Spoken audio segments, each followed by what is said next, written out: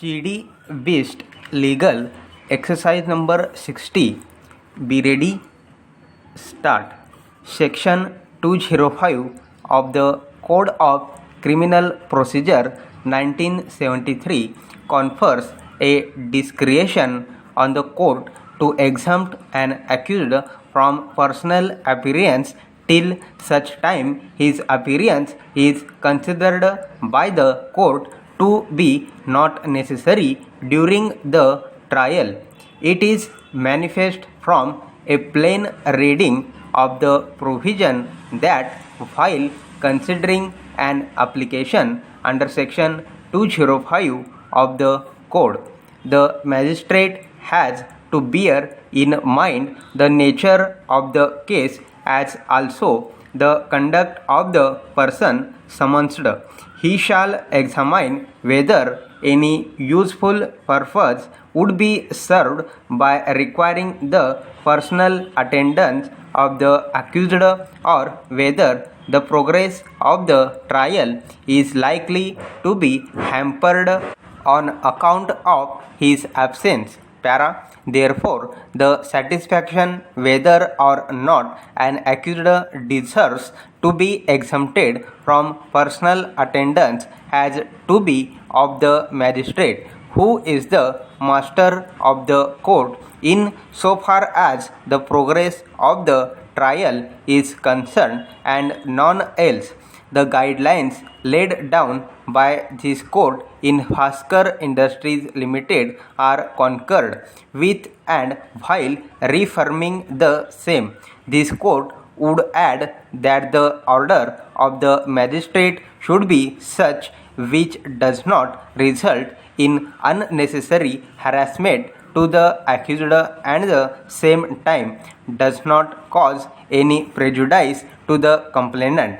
The court must ensure that the exemption from personal appearance granted to an accused is not abused to delay the trial.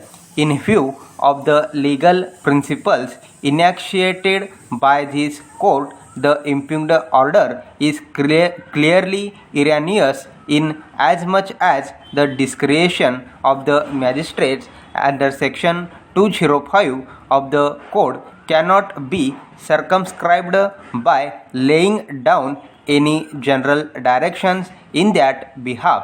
Para.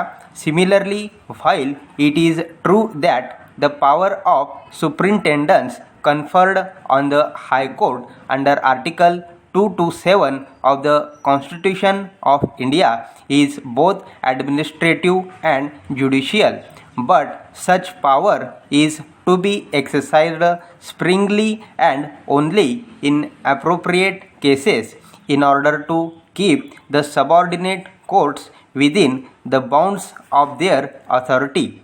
In any event, the power of superintendence cannot be exercised to influence the subordinate judiciary to pass any order or judgment in a particular manner. As regards direction in the order of the single judge of the High Court to aspect and consider the written statement made by the accused, it is again not in accord with the language of section 313 of the code, nor with the dictum laid down by this court in Basavaraj R. Patil's case. On the plain language of section 313, it is evident that in a summons case, when the personal appearance of the accused has been dispensed with under section 205 of the code, a discretion is vested in the magistrate to dispense with the rigor of personal examination of the accused under section 313 of the code as well.